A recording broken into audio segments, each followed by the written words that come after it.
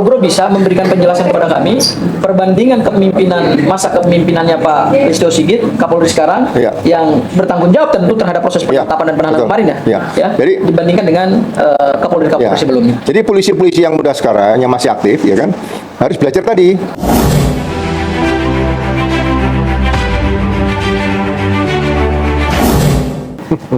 Para pemirsa kanal-kanal YouTube semua ya, kami baru live lagi nih hari ini ya Pak Ugro. Setelah 2 hari ini kita absen ya Pak ya? Absen. Ya karena banyak kegiatan. Ya karena banyak kegiatan, dan tentu salah satu yang membuat kami absen juga adalah melihat proses penangkapan dan penahanan yang dilakukan terhadap 2 pejuang kita ya. Kami sebut pejuang meskipun secara hukum disebutnya tersangka. Karena itu bahasa hukum kita hormati ya. Tetapi bagi kami dan bagi masyarakat Indonesia yang menginginkan kejujuran, transparansi dan akuntabilitas seorang mantan Presiden Republik Indonesia yang ijazahnya hari ini dipergunjingkan dan dipersoalkan, dan Pak Ugro izin, hari ini ternyata ijazah ini kembali menelan 4 warga negara. 2 warga negara sebelumnya, yaitu Bambang Tri dan Gus Nur, telah menjadi korban dipenjarakan gara-gara hanya selembar ijazah. Dan hari ini ada 2 lagi warga negara yang harus dipenjarakan lagi Pak. Dan lagi-lagi objeknya adalah selembar kertas ijazah. Pantaskah ijazah ini memenjarakan orang Pak Ugro? Nah ini yang kemudian menjadi pertanyaan kita. Dan satu lagi Pak Ugro, kita akan menyoroti proses penangkapan dan penahanan, karena itu menjadi bagian dari pertanyaan publik.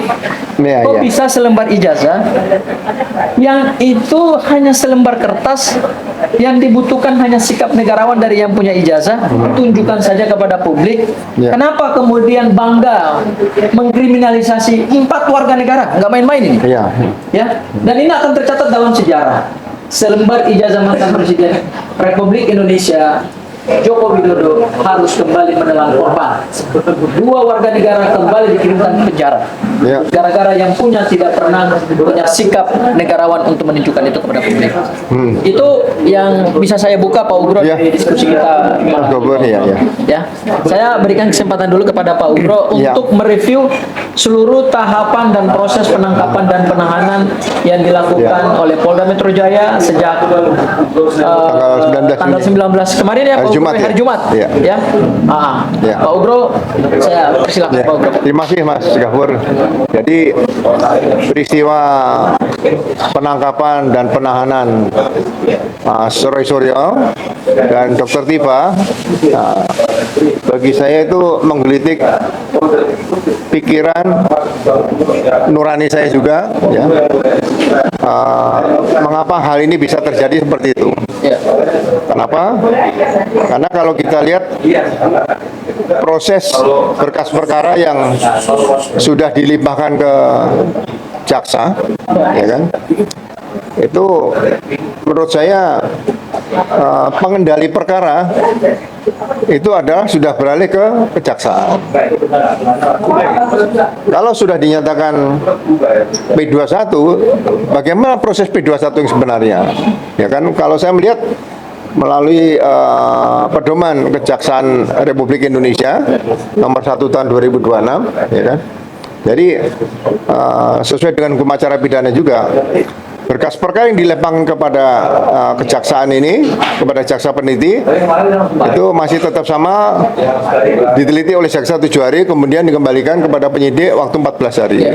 Jadi tetap 21 hari kali 3 adalah 63 hari.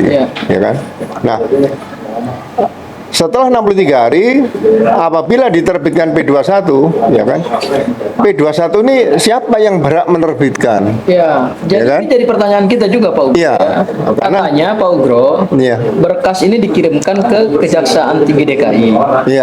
Kemudian akan dilakukan penyerahan tersangka kepada Kejaksaan Negeri Jakarta Selatan. Yang jadi pertanyaan, kejaksaan mana yang mengeluarkan P21 ini Pak Ugro? Makanya Pak Ugro pasti punya pengalaman soal itu.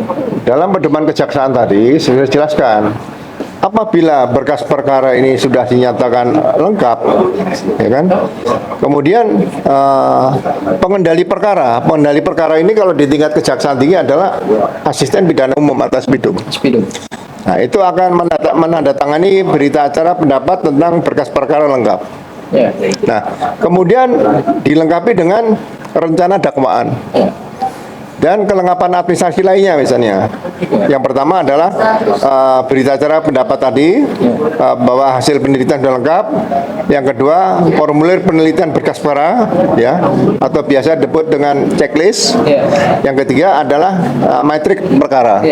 Itu dilengkapi. Nah, kalau sudah dilengkapi, kemudian dikirimkan ke Kejaksaan Negeri, di mana sebagai penanggung jawab penuntutan ini Kejaksaan Negeri. Nah, dilihat kira-kira TKP di mana, akan disidangkan di pengadilan mana nanti. Nah, setelah diserahkan kepada Kejaksaan Negeri, dalam tempo 2 hari setelah menerima berkas yang dari Kejaksaan Tinggi, Kejaksaan Negeri akan dalam 2 hari akan menerbitkan P21. Jadi yang menerbitkan P21 ini adalah Kejaksaan Negeri. Nah, kemarin saya lihat dalam surat perintah penangkapan Pak Roy Suryo, di situ dituliskan P21 ini diterbitkan oleh Kejaksaan Tinggi. Nah, apakah ada pedoman lain yang menyatakan bahwa P21 ini diterbitkan oleh Kejaksaan Tinggi, di mana Kejaksaan Tinggi sebagai peneliti, kemudian pengendali perkara, dan dia menerbitkan P21? Nah, itu bagi saya yang masih timbul tanda tanya. Ya. Kemudian berikutnya, berarti terkait dengan kewenangan Kejaksaan Tinggi atau kewenangan Kejaksaan Negeri dengan mengeluarkan P21 sebagai pernyataan bahwa berkas perkara ini telah lengkap, itu juga masih menimbulkan tanda tanya. Ya, masih tanda tanya. Jadi sangat kecil kemungkinan kalau Kejaksaan Tinggi itu menerbitkan P21. Karena saya tidak membaca aturan itu di pedoman kejaksaan. Gitu. Jadi katakanlah sekarang masih tanda tanya, tapi misalnya diterbitkan P21, bagaimana tindak lanjut setelah menerima P21? Ya kan? Karena perkara ini sebetulnya sudah berada di kejaksaan. Tinggal ada pelimpahan tahap kedua, yaitu tersangka dan barang bukti. Nah, apa yang dialami sama Mas Roy Suryo dan Dr. Tifa ini, sebetulnya mereka ini kan sudah wajib lapor tiap hari Senin. Ya kan? Kemudian juga mereka ada di Indonesia, dicekal nggak kemana-mana. Kenapa? Mungkin juga mereka akan melarikan diri. Iya, jadi kenapa harus dengan proses penangkapan yang tiba-tiba pagi hari, ya, dengan cara-cara yang menurut saya tidak menggunakan nurani kepolisian? Begitu, ya kan? Ini ada nurani kemanusiaan, ada juga nurani kepolisian. Oh iya, Mas. Mohon dijelaskan Pak kepada kami ini masyarakat, apa itu nurani kepolisian, Pak? Nurani kemanusiaan itu adalah nurani bagaimana kita hubungan dengan manusia lainnya, kita bicara dengan nurani, Pak. Hablum minan nas, ya, hablum minan nas seperti itu. Tapi nurani kepolisian berarti kita berbicara menggunakan aturan-aturan hukum yang ada, pedoman-pedoman yang ada. Ya, jadi saya katakan gini, para perwira atau anggota Polri yang masih aktif ini harus banyak belajar membaca sejarah perjalanan para mantan kepala kepolisian Republik Indonesia. Ya, saya supaya ini juga Ketua Komisi 3 ya, Pak Habibur Rahman itu membaca perjalanan Kapolri di Indonesia ini sampai sekarang sudah 25 Kapolri, ya kan? Mungkin supaya jelas nanti saya jelaskan ya untuk rekan-rekan semua termasuk Pak Habibur Rahman ya, termasuk anggota Komisi 3. Kita bisa belajar dari bagaimana nurani kepemimpinan Kepala Kepolisian Negara pertama, yaitu Pak Jenderal Raden Said Sukanto. Itu Kapolri pertama? Pertama, 14 tahun beliau, ya kan? Kemudian ada Jenderal Kapolri yang kedua tuh Soekarno Joyonegoro. Baik. Itu 3 tahun. Saya harus bicarakan satu-satu karena supaya anggota Komisi 3 DPR jangan menyatakan Kapolri yang terbaik sepanjang masa adalah Pak Listio Sigit. Itu menarik itu Pak. Karena ya kan? Perkara ini ada di zaman Pak Listio Sigit. Iya. Dan kemudian para pendukung Pak Jokowi itu sangat memberikan apresiasi, katanya kerjanya baik. Iya. Ya. Polisi-polisi yang muda sekarang yang masih aktif, ya kan, harus belajar tadi. Yang ketiga, Jenderal Sucipto Danu, ya kan. Yang keempat Sucipto Yudodiarjo. Nah, yang kelimanya yang dihormati oleh seluruh masyarakat Indonesia, mungkin dunia, ada Jenderal Hugeng Imam Santoso. Ya. Kenapa? Apa yang beliau miliki, Pak? Ya, nurani beliau selalu menempatkan polisi itu dekat dengan masyarakat. Oke. Beliau naik sepeda komunikasi dengan masyarakat seperti itu. Nah, yang keenam adalah Jenderal Hasan. Ya kan? Yang ketujuh adalah Jenderal Widodo Budi Darmo. Ya kan? Yang kedelapan adalah Jenderal Awaludin. 9 Jenderal Anton Sujarwo. 10 Jenderal Sanusi. Nah, baru yang ke-11. Nah, 11 kita bisa lihat situ adalah Jenderal Kunarto. Baru ke-12 Jenderal Banur Rosman. Ya kan? Setelah Pak Banur Rosman di situ ada Jenderal Debio Widodo. Oke. Habis itu Pak Jenderal Debio Widodo, di situ ada Pak Jenderal Rosman Hadi, ada Pak Jenderal Rusdiarjo, kemudian ada Jenderal Bimantoro. Setelah Bimantoro ada Jenderal Dai Bahtiar, kemudian ada Jenderal Sutanto, Jenderal Bambang Hindarso, Jenderal Timur Pradopo, baru kemudian ada Jenderal Sutarman, ada Jenderal Badrodin, kemudian Jenderal Tito Karnavian dan Jenderal Idam Aziz. Nah, ke-24 Kapolri sebelumnya ini harusnya dibaca perjalanan sejarahnya oleh para junior ini. Bagaimana mereka memimpin Polri di situ. Yang bagaimana dulu ada berbeda pendapat dengan Presiden Soeharto, misalnya Pak Hugeng. Tidak ada masalah kalau dicopot jabatan berisiko di situ, ya. Jadi sekali lagi langkah-langkah yang diambil dalam kepemimpinan Polri, kemudian anggota juga melaksanakan tugas sebagai anggota Polri itu harus jangan melupakan sejarah kepemimpinan para Kapolri sebelumnya. Ya kan? Pak Ugro izin tanya Pak Ugro, kenapa kepemimpinan Kapolri sebelumnya, salah satunya Jenderal Hugeng yang paling fenomenal ya Pak? Padahal itu kan di masa Indonesia belum maju ya, belum terlalu maju seperti sekarang ya. Dan kita belum terbuka pada dunia informasi. Sistem ekonomi kita juga belum terlalu berkembang. Sistem demokrasi kita mungkin masih demokrasi Pancasila yang ditinggalkan oleh para founding fathers. Tetapi kenapa di zaman yang sudah sangat maju, sudah sangat canggih, demokrasi menjadi salah satu tema diskursus kita dalam berbangsa dan bernegara. Tetapi kenapa kemudian di zaman ini di kepemimpinan Pak Kapolri Listio Sigit ada warga negara yang mengkaji suatu dokumen milik seorang mantan presiden kemudian harus dikriminalisasi, dan ini bukan yang pertama kali, ini sudah yang kedua kali dan ini sudah 4 orang Pak. Jadi begini Pak, kita kan ada pedoman hidup dan pedoman kerja. Pedoman hidup kita adalah Tribrata. Apa itu Tribrata, Pak? Tribrata itu yang pertama adalah Rastra Sewaka Utama. Itu dulu ditempel di tutup kepala kita, Pak. Itu abdi utama dari nusa dan bangsa. Sekarang tulisan Rastra Sewaka Utama tidak bisa kita temukan di tutup kepala anggota polisi di Indonesia. Karena mereka menggunakan topi lapangan. Kalau dulu topi pet yang kita banggakan itu sebenarnya kembalikan pada pakaian dinas harian. Jadi supaya mereka bisa membaca bahwa kita ini adalah insan Rastra Sewaka Utama. Gitu loh. Yang kedua adalah negara yang utama, warga negara teladan dari negara. Ya, jadi polisi itu harusnya menjadi warga negara teladan, ya, warga teladan untuk warga negara keseluruhan ya. Yang gampang lah, misalnya naik kendaraan ya. Jangan sampai tidak menggunakan plat nomor, harus menggunakan lampu. Nah, yang ketiga, yana anusa sana dharma, wajib menjaga ketertiban pribadi dari rakyat, bukan ketertiban pribadi dari pemimpin atau mantan pemimpin, Mbak. Oke, berarti sebetulnya kepentingan publik itu jauh di atas kepentingan segala-galanya, di atas kepentingan seorang mantan presiden sekalipun ya. Ketika misalnya gini, ijazah ini oleh Komisi Informasi Pusat sudah ditetapkan sebagai dokumen publik. Berarti boleh dong siapa saja boleh mengkaji, boleh dong siapa saja boleh meneliti, boleh dong siapa saja boleh kemudian mempertanyakan karena itu sudah domain publik. Tapi kenapa kemudian di zaman yang tadi Pak Ugro mengatakan seharusnya mereka juga melindungi kepentingan warga sebagai orientasi tertinggi, tapi kenapa masih ada kriminalisasi terhadap 2 warga negara yang kita sebut para pejuang, para ahli, para peneliti yang meneliti ijazah Pak Joko Widodo dan menemukan ada kejanggalan-kejanggalan, Pak.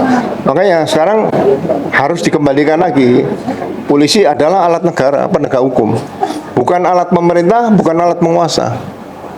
Jadi siapapun di situ, kalau misalnya ada Apa masalah, bedanya polisi sebagai alat negara, alat pemerintah, alat penguasa? Ini menarik ini. Iya. Kita jadi belajar lagi nih. Makasih Pak Ugro, kita Iya. jadi belajar lagi Pak. Jadi kalau alat negara itu harus netral, seperti saya katakan tadi. Yang ketiga dari Tribrata tadi Pak, Yana Anusa Sana Dharma, wajib menjaga ketertiban pribadi rakyat. Semua rakyat dijaga, bukan dipilih-pilih. Yang rakyat ini boleh ditangkap, boleh ditahan, yang ini tidak boleh, nggak boleh. Kalau semua boleh ditangkap, ada kesalahan, ada pelanggaran, pidana, dugaan pidana, minimal 2 alat bukti, ya silakan ditangkap, silakan ditahan kalau memang cukup unsur sesuai dengan hukum acara pidana. Jadi tidak ada istilah nanti hukum itu tajam ke bawah, tumpul ke atas seperti itu. Tumpul ketermul katanya. Ya, itu yang harus terjadi seperti itu Mas. Jadi ini harus diingatkan seperti itu. Jadi jangan sampai, ya mohon maaf ya, pada saat Presiden Jokowi itu 2015 baru kurang lebih 4 bulan jadi presiden, langsung memberhentikan Jenderal Sutarman. Seharusnya ajudan presiden saat itu mengingatkan Pak Jokowi, Pak, ini tidak bisa diberhentikan. Buat apa ada ajudan presiden yang diam saja? Dia ingatkan Pak Presiden, Pak ini jangan. Makanya waktu saya diundang Pak Jokowi tahun 2015 Februari, saya berikan masukan. Saya tidak katakan nasihat, tapi sebenarnya seperti nasihat. Mohon izin Bapak Presiden untuk mengangkat dan memberhentikan seorang Kapolri itu sudah diatur dalam Undang-Undang Kepolisian Nomor 2 tahun 2002. Di situ jelas rata-rata dulu dipilih yang masih ada usia 2 atau 3 tahun lagi pensiun. Tidak boleh lebih dari itu, ya kan? Kita jangan mengulangi tahun 45 sampai 59 yang Pak Kapolri KKN pertama, itu kan 14 tahun. Ya, Kapolri yang berikutnya tuh rata-rata 3 tahun seperti itu. Anggaplah yang pertama itu karena kita masih mencari Ya, mencari pola lah seperti itu ya. Ya. Karena kan baru selesai dari era penjajahan, kemudian Keluar dari Kementerian Dalam Negeri menjadi jabatan kepolisian sendiri Pak itu. Nah, itu sampaikan. Nah, kemudian nanti kalau misalnya mau dicarikan udah terpilih, itu yang memilih adalah Dewan Kebijakan pangkat tertinggi di Polri. Nah, menarik Pak Ugro. Tadi Pak Ugro katakan bahwa di zaman 2014, berarti zaman itu adalah Pak Jokowi pertama kali jadi presiden. Saya sempat diundang ke istana waktu itu, bulan Februari itu. Berarti zaman itu adalah Pak Ugro sebagai wakil Kapolri. Saya sudah purna bakti. Oke. Ya, karena saya purna bakti kan 2014 bulan Maret. Jadi 11 bulan setelah itu terjadilah peristiwa Kapolri Pak Jenderal Sutarman diberhentikan. Tidak ada yang komplain Kapolri yang diberhentikan oleh Presiden. Tidak ada yang mengingatkan Presiden bahwa Kapolri yang masih ada 1 tahun diberhentikan, tidak ada. Loh, ini kan aneh. Tapi kalau sekarang menganggap bahwa presiden terbaik dan Kapolri terbaik adalah Kapolri yang sekarang, saya juga heran. Gitu loh. Kalau Kapolri yang terbaik itu misalnya dikatakan Pak Ugeng, mungkin kita masih yakin, percaya, ya, ada sejarahnya, ya kan. Tapi Pak Habibur Rahman mengatakan polisi Kapolri terbaik sepanjang masa, ini dasarnya dari mana? Berarti itu yang Pak Ugro sebut sebagai alat negara, alat untuk kepentingan pemerintah ya? Negara. Harusnya kan untuk negara. Iya. Tapi kalau untuk kepentingan pemerintah berarti rezim saat itu yang berkuasa. Iya. Jadi kalau alat pemerintah itu ada, misalnya sekarang ini kan ada penyidik PPNS di situ Pak. Ada Satpol PP di situ ada. Pemerintah pusat mungkin PPNS penyidikan. Tapi ada juga Satpol PP di pemerintah daerah seperti itu. Jadi sebetulnya sudah jelas peran Polri ini sebagai alat negara, jangan mengambil posisi sebagai polisi pemerintah, sebagai penyidik di pemerintah, jangan seperti itu. Ya. Pak Ugro, izin Pak Ugro, saya ingin kembali kepada kasus ini yang sedang kita perhatian bangsa ini ya. Pada saat penetapan tersangka itu diumumkan oleh Kapolda. Ya. Kemudian setelah itu penangkapan dan penahanan. Ya. Dan kalau kita lihat media hari ini, ternyata Pak Kapolri juga sudah memberikan pernyataan atau memberikan statement terkait dengan penangkapan dan penahanan terhadap Mas Roy dan Bu Tifa. Yang padahal kalau kita lihat Pak Ugro, izin, ini kan tindak pidananya kan tindak pidana pasalnya kan nggak berat, Iya, bukan tindak iya. pidana yang membahayakan keamanan negara, membahayakan kedaulatan negara, Ya, malah delik aduan. membahayakan Iya. sumber daya alam gitu. Ini kan deliknya delik Aduan. absolut, Iya. pencemaran nama baik Iya. 310 311 yang sekarang berubah menjadi 433 dan 434. Iya. Ancaman pidananya mohon maaf, pencemaran ancaman pidananya cuma 9 bulan. Iya. Kemudian fitnah hanya 2 tahun. Iya. Ya kan? Iya. Tapi kemudian kata pendukung Pak Jokowi, iya ditahan karena pasal 3235 berkaitan dengan kejahatan undang-undang ITE Iya. yang berdasarkan ahli yang menyusun itu mengatakan, oh ini salah penerapan hukumnya gitu. Iya, iya. Pasal 3235 itu bukan untuk ini gitu loh. Iya, iya. Nah, kami dari awal Pak Umro sebagai tim kuasa hukum juga mensinyalir bahwa ini seperti ada penyeludupan pasal, Iya. sehingga yang terjadi seperti hari Jumat kemarin, ya begitu keluar P21 langsung dilakukan penangkapan dan penahanan, Iya. ya kan berarti memang tendensi dari awal adalah Iya. membungkam suara kritis kaum intelektual masyarakat yang tentu ingin kepo terhadap ijazah ini Iya. karena Pak Jokowi dipilih oleh rakyat. Ya. Ya. Selama menyelenggarakan kekuasaannya menikmati fasilitas negara dari hasil pajak rakyat, kemudian bumi alam Nusantara. Ya. Ya kan? Wajar dong masyarakat mempertanyakan. Nah, Ya. menurut Pak Ugro, ketika Kapolri memberikan pernyataan statement terkait dengan penangkapan dan penahanan ini, apakah itu juga mengindikasikan bahwa ini bukan tipe Kapolri terbaik? Seperti apa Pak Ugro?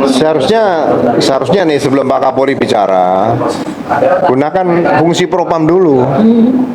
Propam turunkan untuk melihat apakah langkah tersebut profesional tidak. Makanya saya bilang Polri kalau mau baik perkuat fungsi propam dulu, dan propam itu dipimpin bintang 3. Tidak ada yang bisa mengenai propam di situ. Jadi anggota kalau sudah bertugas di propam, saya katakan tadi di propam Mabes Polri itu harus mulai dari pangkat AKBP sampai naik bintang 2 dengan jabatan fungsional. Jangan setiap saat pindah.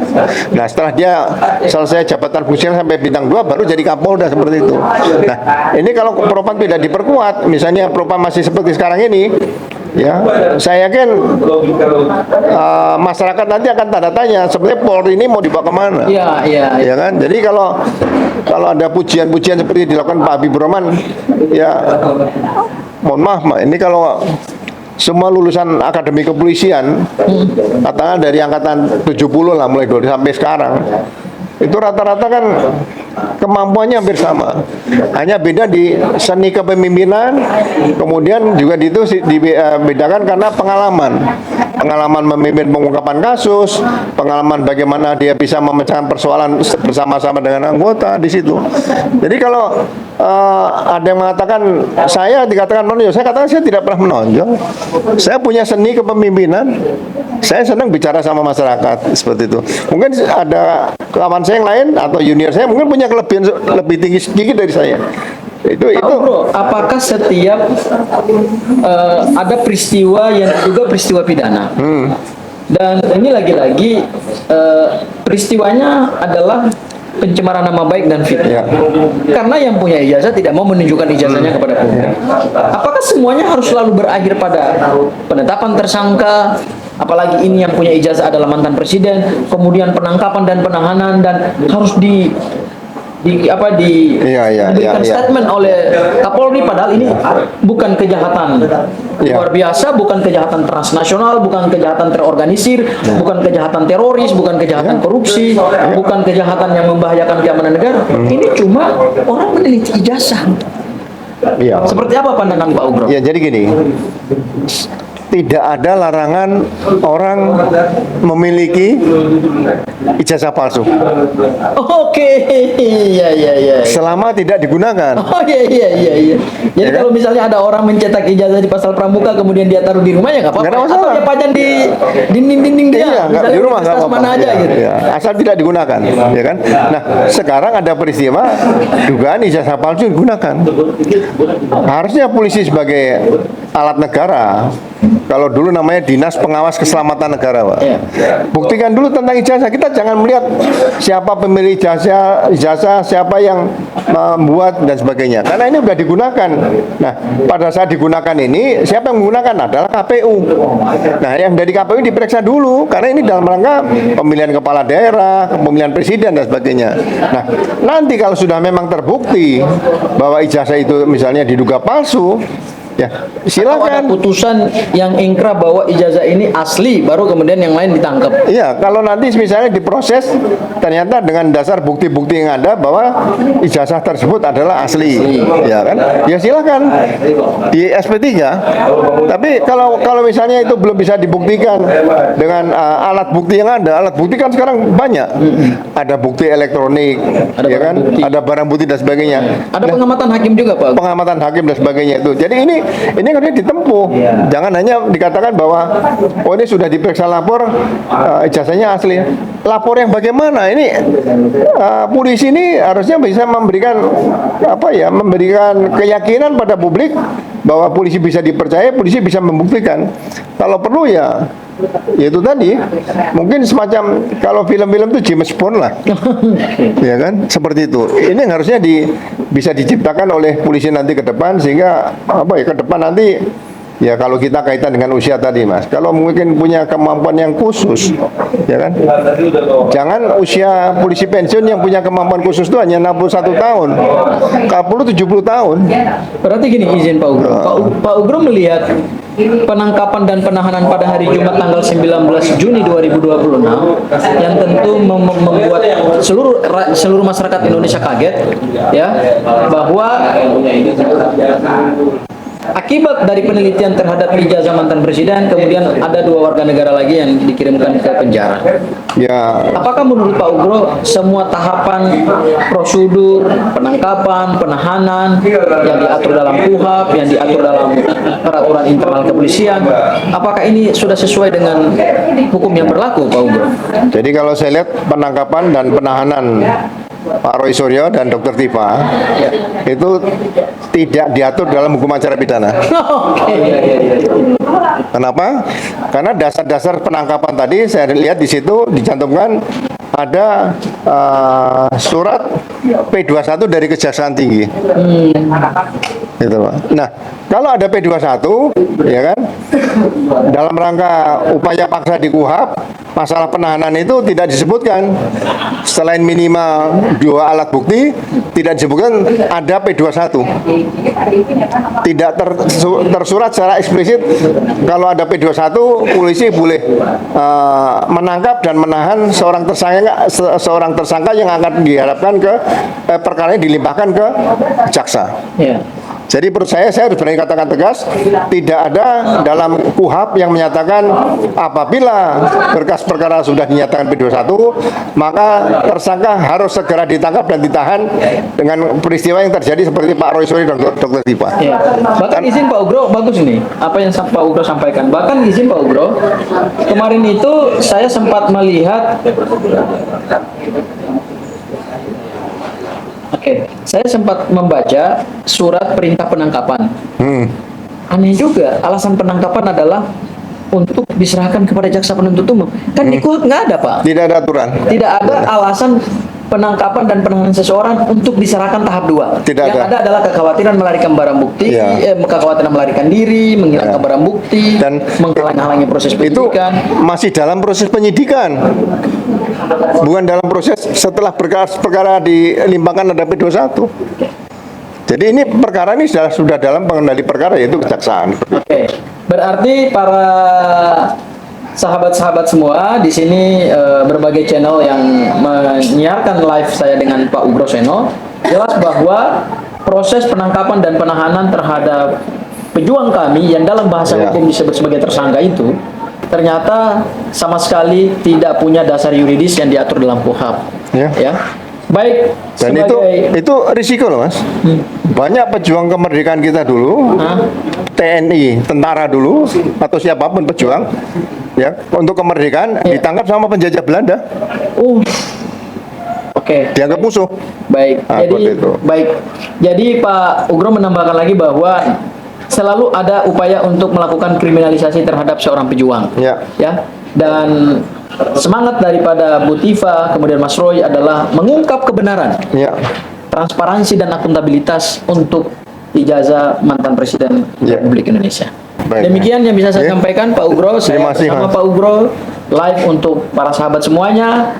Abdul Ghafur Sangaji Official, kemudian Profesional Rosono Tribrata, Tribrata, kemudian Refli Harun, Langka Update, dan seorang pejuang yang sangat dinantikan oleh masyarakat Indonesia kehadirannya, yaitu Roy Suryo Official. Sampai jumpa lagi di kesempatan yang lain. Wabillahi taufiq wal hidayah. Wassalamualaikum warahmatullahi taala wabarakatuh. Waalaikumsalam warahmatullahi wabarakatuh.